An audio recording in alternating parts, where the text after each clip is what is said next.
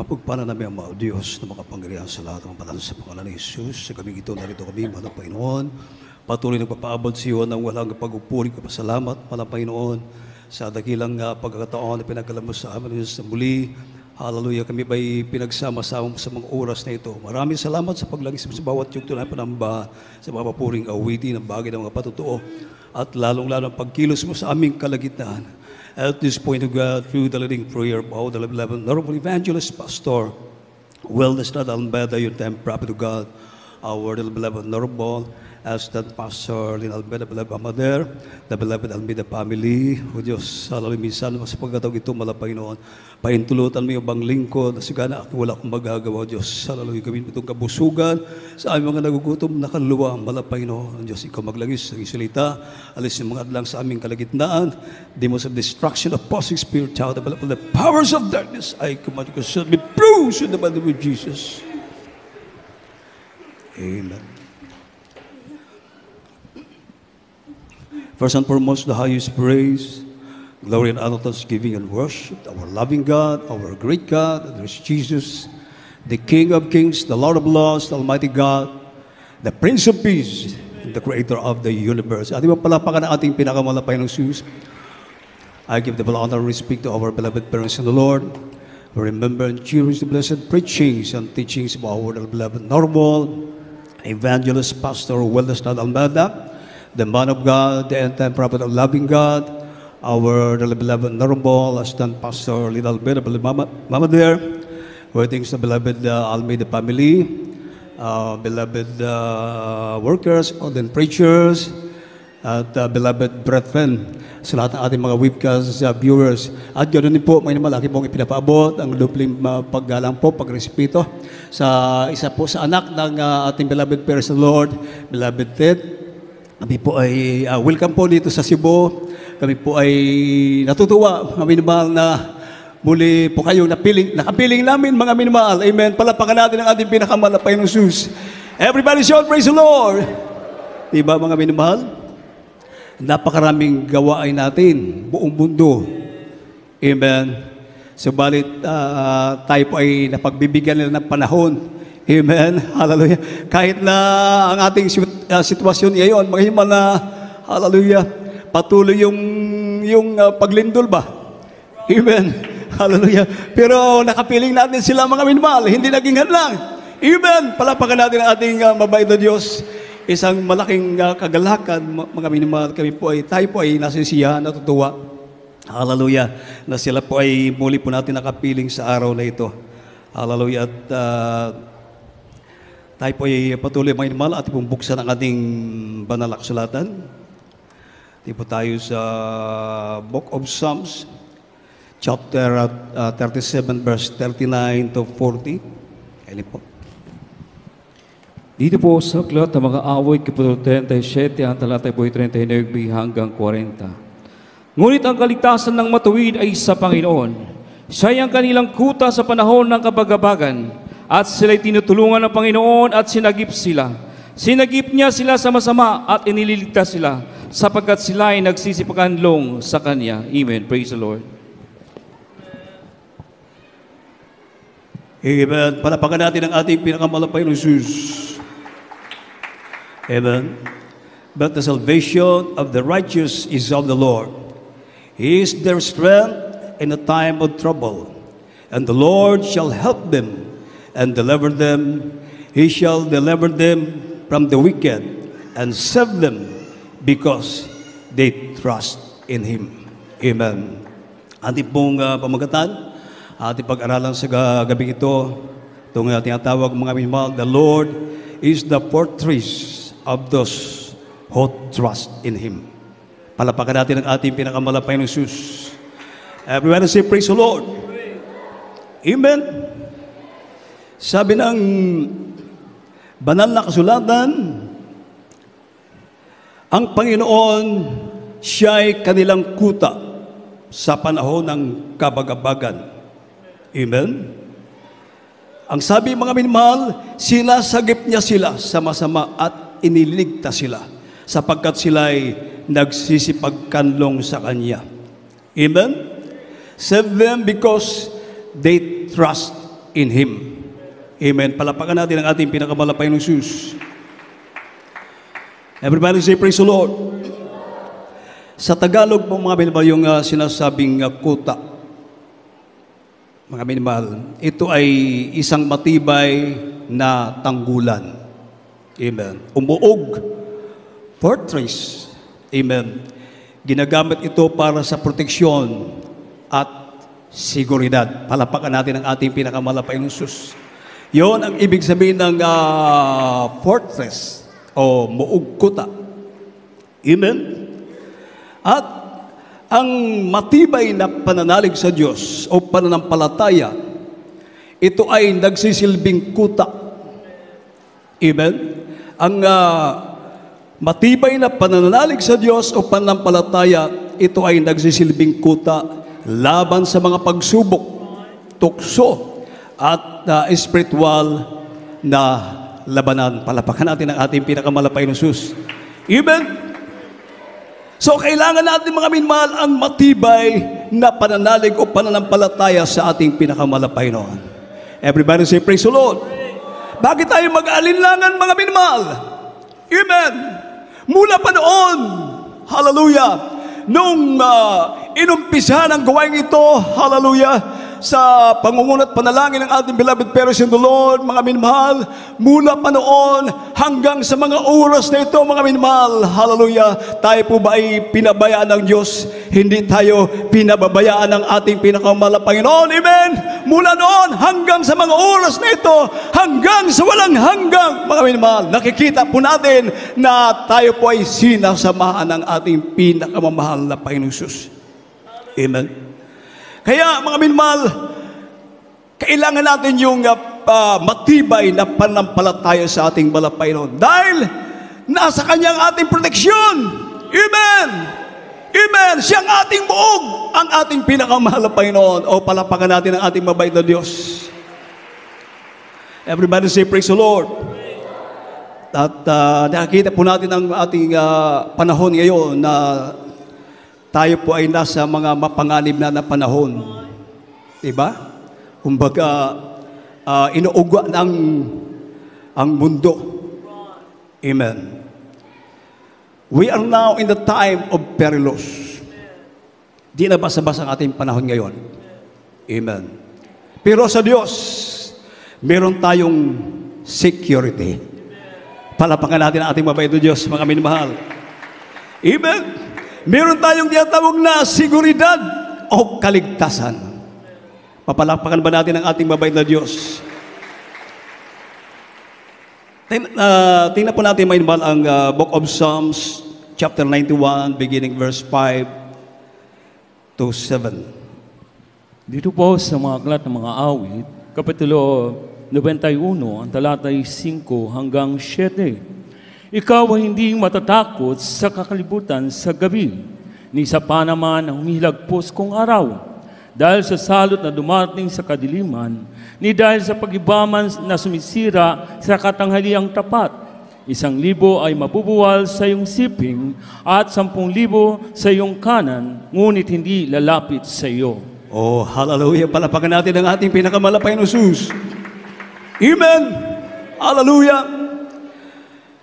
1,000 mabuwal sa iyong siping. Amen.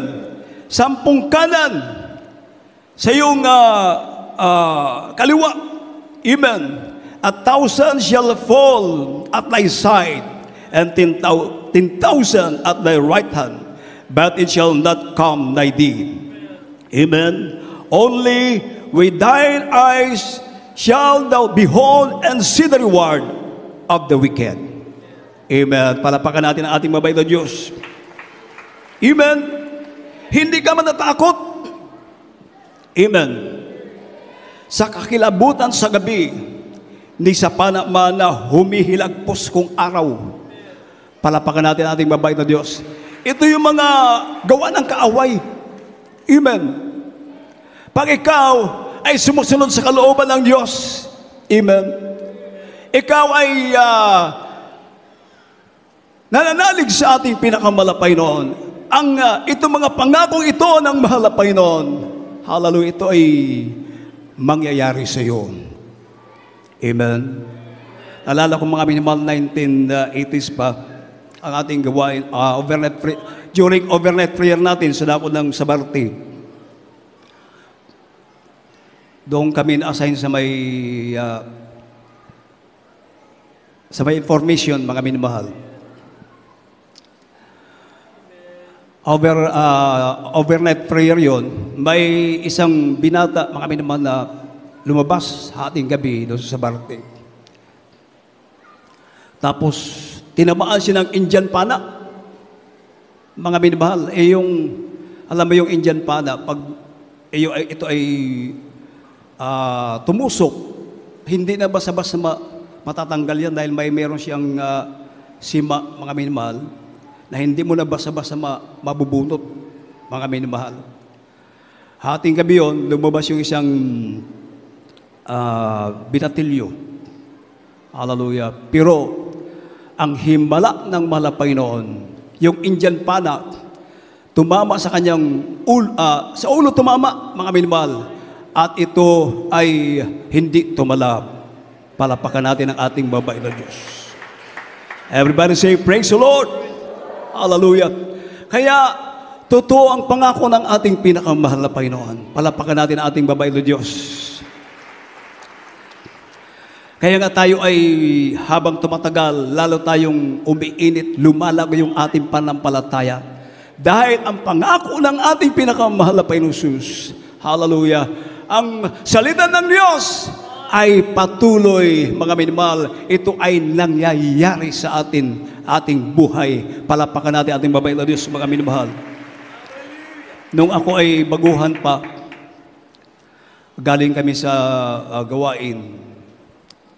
After the service, linggo ng gabi, mga minamahal, kasama ko yung aking kapatid. May karga siyang maliit na anak. Kami ay dumadaan doon sa lugar, mga minamahal, na nandun yung inilagay yung mga galing sa tundo. Mga minamahal, alam niyo naman yung tundo sa Manila. Yung mga tao na iba't ibang klase yung espiritu, mga minamahal. So habang kami naglalakad, medyo madilim na, may tao, mga minamahal, siguro mga 50 meters, nakita ko yung tao, mga minamahal, na nandun sa may daanan. Akala ko, okay lang, mga minamahal. Pag yung papalapit na kami sa kanya, mga minamahal, biglang umaksyon at babatuhin kami. Yung kapatid ko may kasamang kinakarga niya yung kanyang maliit na kanyang anak. Hindi naman makatakbo. Mga minamahal, alam niyo, ang ginawa namin, sumigaw kami ng hallelujah, praise the Lord, in Jesus' name, be proceed. Yung tao lumuhod sa harapan namin, mga minamahal. At yung kanyang hawak-hawak na bato, wala na may ibang tao doon, mga minamahal. Tumalsik yung hawak-hawak niya na bato, mga minamahal. Yung tao, mga minamahal, nanginginig, mga minamahal, nagmabakaawa sa amin. Sabi ko, totoo talaga yung sinasabi ng ating beloved parents in the Lord. Amen. Hallelujah. Walang lugi sa paglilingkod sa Panginoon. Amen. Saan ka man paroon, mga minamahal, hindi ka matatakot, hindi ka mangangamba pag ikaw ay sumusunod sa kalooban ng Diyos, dahil tayo ay sasamahan ng ating pinakamamahal na Panginoon. Kaya habang tumatagal, mga minamahal, tayo ay umiinit sa paglilingkod sa ating pinakamamahal na Panginoon. Amen. Dahil na-prove natin, proven and tested, mga minamahal, na ang Diyos na pinaglilingkuran dito, hindi patay na Diyos, hindi puro salita lang, hindi hocus-pocus, hindi coincidence, mga minamahal, kundi talagang totoo, buhay ang Diyos natin, kumikilos sa banal na gawa ito. Everybody say, praise the Lord! Kahit saan naroon ang gawain ng ating pinakamahal na Panginoon sa magitan ng ministry ito, magsa-abroad, Luzon, Visayas, Mindanao, lahat ng mga nabuksan na gawain, mga minamahal, nandun, kumikilos ang kapangyarihan ng ating pinakamahal na Panginoon. Kung dito, mga minamahal, gumagawa ng himala ang ating pinakamahal na Panginoon. Ganon din doon sa mga lugar na kung saan nabuksan buksan ang ating mga gawain. Kaya habang tumatagal, lalong dumarami ang bilang ng member ng GMCIM. Amen. Palapakan natin ang ating pinakamalapay na Jesus. Everybody say, praise the Lord. Amen. Kaya totoo ang pangako ng ating pinakamahal na Panginoon, mga minamahal.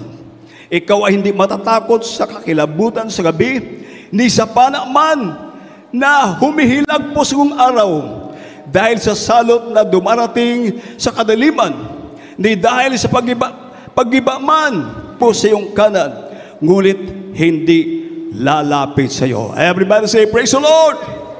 Amen. Yan ang pangako ng ating pinakamahal na Panginoon Jesus. Pero, mga minamahal, tayo ay nalulungkot sa mga pangyayari sa ating mundo ngayon. Amen? Yung mga tao na hindi naglilingkod sa Diyos, makita mo sa mga balita yung ipinopost nila na yung tahanan nila bumagsak na. Amen? Gumastos ng 20 million. Amen? Ilang taon na pinaghirapan sa isang iglap na baliwala. Amen. Yung mga mahal nila sa buhay, hallelujah, napahamak, nawala.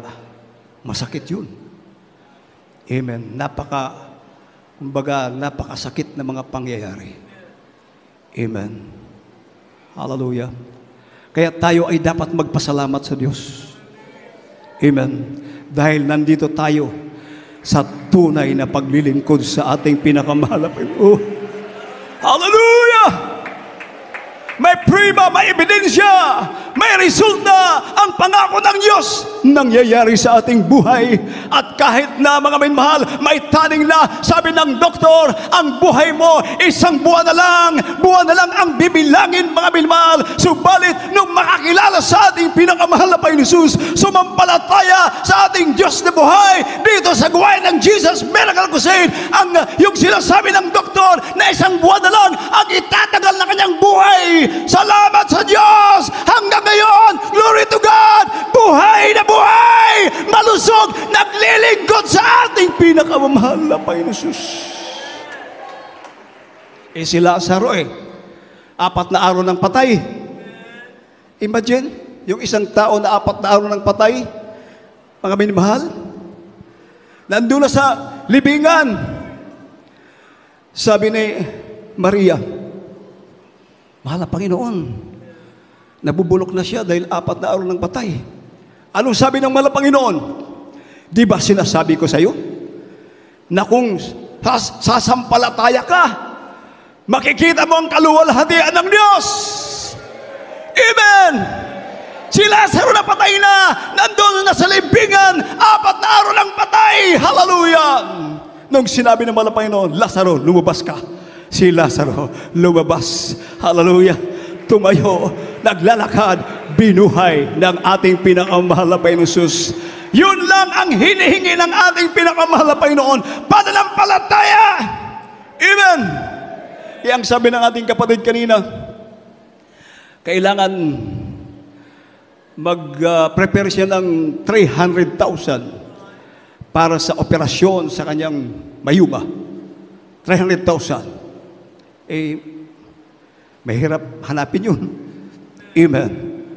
Hallelujah. Subalit, siya ay sumampalataya sa ating pinakamahal na Panginoon Jesus. Naniwala sa Diyos. Hallelujah. Amen. Sumampalataya sa mga pangako ng ating pinakamamahal na Panginoon Jesus. Hallelujah.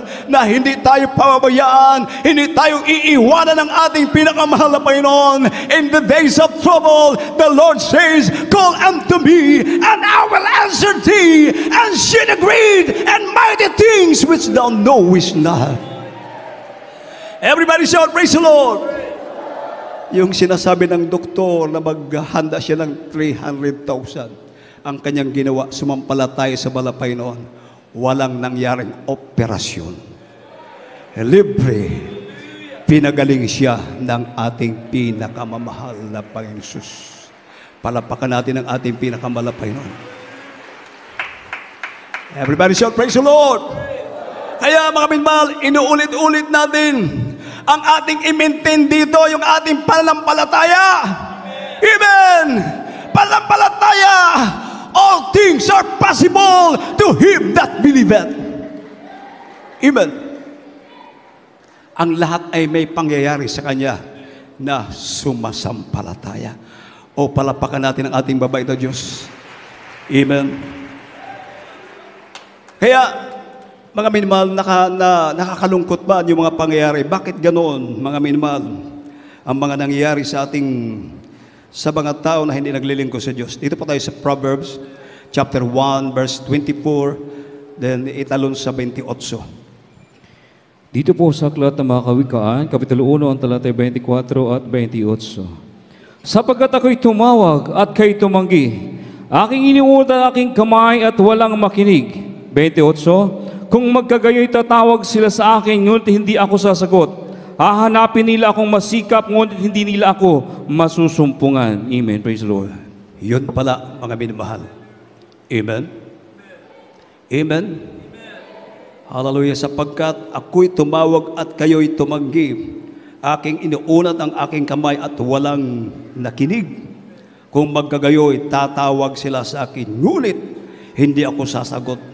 Hahanapin nila akong masikap, ngunit hindi nila ako masusumpungan. Amen. Kaya yun po ang nangyayari, mga minmahal. At ang sabi ng banal na kasulatan, for the nation and kingdom that will not serve thee shall perish. Ye, those nations, shall be utterly wasted. Amen. Yung bansa at kaharian na hindi maglilingkod sa iyo ay mamamatay. Oo. Ang mga bansang iyon ay malilipol na lubos. Pag ang tao hindi maglingkod sa Diyos, walang panahon sa malapay noon. Mapapahamak talaga. Amen. Sabi ng malapay noon, without me, you can do nothing. Without God, we can do nothing. Amen. Kaya tayo, mga minmahal, pinagpala tayo ng ating pinakamalapay na Jesus. Amen. Anong sabi ng Proverbs chapter 1, verse 33? Dito po sa Aklat ng mga Kawikaan, Kapitulo 1, talatay 33. Ngunit ang nakikinig sa akin ay tatahang tiwasay at tatahimik na walang takot sa kasamaan. Amen. Palapakan natin ang ating pinakamalapay na Jesus. But whoso hearkeneth unto me shall dwell safety and shall be quiet from fear of evil. Amen. Siyang nakikinig sa akin ay tatahang tiwasay at tatahimik na walang takot sa kasamaan. Amen. Hallelujah. Kaya tayo magpasalamat sa Diyos. Amen. Dahil tayo ay nagtitiwala sa malapay noon. Tinuruan tayo ng ating mga magulang sa ating pinakamalapay noon na sa panahon ng kahirapan, mga minmahal. Amen. Wala tayong ibang aasahan, wala tayong ibang tatawagan, kundi ang Diyos ng mga Diyos, ang Hari ng mga Hari, ang Panginoon ng mga Panginoon, ang Diyos na makapangyarihan sa lahat, ang Diyos na gumawa ng langit at lupa, the God of all prophets, the God of Prophet Daniel, the God of Prophet Elijah, hallelujah, the God of Telepos mission of our beloved pastor, amen, the God of the Jesus Miracle Crusade International Ministry. He is the same yesterday, today, and forever. He's still the same. Palapakan natin ang ating pinakamalapay ng Jesus. Kaya gano'n na lang ang ating beloved pastor. Amen. Grabe yung kanyang pananampalataya sa ating pinakamalapay noon. Walang takot ang kanya, masunod ang kalooban ng Diyos. Dahil alam niya, hallelujah, na siya ay naglilingkod sa buhay na Diyos. Amen. Alam niya na walang kalugihan sa paglilingkod sa ating pinakamalapay noon. Tayo ay magpasalamat sa ating malapay noon dahil binigyan tayo ng pastor na galing sa puso ng ating pinakamalapay noon. Hallelujah. Kasama mga beloved children na patuloy po tayong, hallelujah, pinapangunahan, inaaralan, ano mga bagay-bagay, mga minman, upang tayo, hallelujah, ay maging galugod-lugod sa ating pinakamalapay noon. Hallelujah. Naalala ko, mga minamahal, nung GMYC natin sa Naga, Napakainit nun. Mga minamahal, grabe ang kainit. At habang ongoing yung ating gawain, yung ulap, tumakip sa atin. Amen. At sinabi ng ating beloved Tet, wala pa tayo dito noon, dumatayo sa tabulok. Sabi ng ating beloved Tet, darating ang araw, magkakaroon tayo ng sariling katedral sa Cebu. Hallelujah. Hallelujah. Oh, glory to God. Ngayon, anong resulta? Ito na. Amen. Hindi na tayo basta-basta kung saan pupunta. Amen. Dahil wala tayong sariling lupa nung araw, mga minamahal. Pero ngayon, hanggang sa pagbabalik ng ating pinakamamahal na Panginoon, nandito tayo mananatili. Sasampahin natin ang Diyos sa mga Diyos. Hallelujah. Ang hari na mga hari. Ang Panginoon na mga pangyarihan sa lahat. Mga beloved children, ating beloved parents in the Lord, sila yung mga nilangisan ng ating pinakamahal na Panginoon, mga pinamahal. Hindi basta-basta. Amen. Alala ko mga minamahal ng mga nakarang araw, yung aking mahal na ina na nandun sa Samar, tumawag yung aking kapatid, patay na daw. Tumatay, 95 years old na, 95 years old. Patay na talaga. Nung pinaabot namin sa mga beloved children, pinag-pray, muling binuhay ng mahal na Panginoon. Hallelujah! Grabe! Pero mga binmahal, talagang sinabi ng banal na kasulatan, ang ating buhay ay, sabi ng mahal na Panginoon, ito ay naka-appoint na, itinakda na ng mahal na Panginoon. Amen. Ang aking mahal na ina, mga minamahal, siya po ay kinuha pa rin ng mahal na Panginoon. Pero, ipinapakita ng ating mabait na Diyos ng prayer ng mga taong linangisan ng ating pinakamahal na Panginoon. Amen. The effectual, fervent prayer of a righteous man availeth much. Palapakan natin ang ating mabait na Diyos. Amen.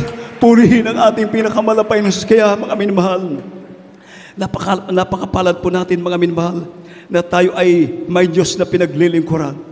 At ano po ang sabi mga minamahal ng Book of Psalms 112 verse 7, malapit tayong matapos mga minamahal. Dito po sa aklat ng mga awit, Kapitulo 112, ang talata ay 7. Siya hindi matatakot sa mga masasamang balita. Ang kanyang puso ay matatag na tumitiwala sa Panginoon. Amen. Praise the Lord. Hallelujah. Amen. Hindi ka matatakot sa mga masamang balita. Amen. Ang iyong puso ay matatag. Amen. Dahil tayo ay tumitiwala sa ating pinakamahal na Panginoon. Palapakan natin ang ating mabait na Diyos. Amen. Di ba? Ano nangyari sa mga tao na hindi naglilingkod sa Diyos? Mga minamahal, grabe yung kanilang takot, pangamba. Amen. Ano naman ang mangyayari? Napaka mapanganib ng ating panahon ngayon. Amen. Pero tayo, mga minamahal, imbes na tayo ay matakot, magpanik. Amen. Hallelujah. Tayo po ay lalong umiinit sa ating pinakamahal na Panginoon dahil ito ay palatandaan, mga minamahal, na nalalapit na ang pagbabalik ng ating mabait na Diyos. Hallelujah. At habang tayo naglilingkod sa Diyos, wala tayong pinapangambahan, wala tayong kinalalakutan. Ang dapat natin ikatakot kung tayo ay makalabag sa kalooban ng ating mabait na Diyos. Dahil anuman mangyari sa atin, mga minamahal, ang ating patutunguhan ay ang buhay na walang hanggan. Dalang super typhoon, wala ng kalungkutan. Papawiin ang mahalapin ating kalungkutan. Papahir na ating mga luha. Makikita natin ang ating mabait na Diyos, ang ating pinakamamahal na Panginoong Sus ng bukan. Amen! Hallelujah! Ang lalakarin natin ay ginto, ang ating mga tahanan doon. Mansyon. Palapakan natin ang ating pinakamahal na Panginoon.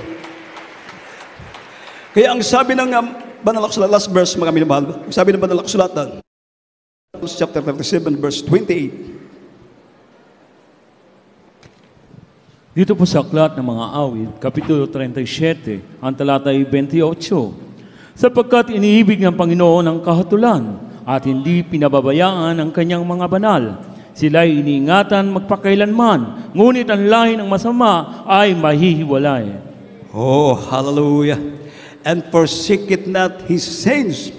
They are preserved forever. Palapakan natin ang ating pinakamalapay ng Jesus. Amen. Everybody say, praise the Lord. Hindi pinabayaan ng malapay ng kanyang mga banal. Sila'y iniingatan magpakailanman. Palapakan natin ang ating mabait na Diyos. Everybody say, praise the Lord. Amen. Meron tayong favor sa ating pinakamalapay. Sabi ng ating mabait na Diyos, he that findeth me, findeth life, and shall obtain favor of the Lord. Amen? Amen? Kaya iba tayo mga minmahal, may favor tayo sa ating pinakamalapay noon. Sa panahon, hallelujah, na tayo yung maharap ng mga problema, pag tayo ay umiyak na sa ating pinakamalapay noon, ating itaas ang ating dalawang kamay. Amen. Hallelujah. Mapakumbaba mga minmahal. Luluhod tayo mga minmahal. Nandyan ang katugunan ng ating mga panalangin. Sa ulat dalangin ating beloved parents, Lord, the beloved Almeida family, mga minmahal. Oh, kaya pinagpala tayo ng ating mabay na Diyos, mga minmahal. Amen. The Lord is the fortress of those who trust in Him. Ang Panginoon ang kuta ng mga nagsisitiwala sa Kanya. Palapakan natin ang ating mabay na Diyos, mga minmahal. At dito po natin itapos ang pag-aaral ng banal na salita ng ating pinakamalapay noon, ang lahat ng pagpupuri, pagdadakila, pagluluwalhati, pagparangal, pagsamba, nawa ko lamang sa ating mabait na Diyos, ating pinakamalapay na si Kristo. Ating awitan ng ating pinakamahal na Panginoon, mga minimahal. Praise the Lord.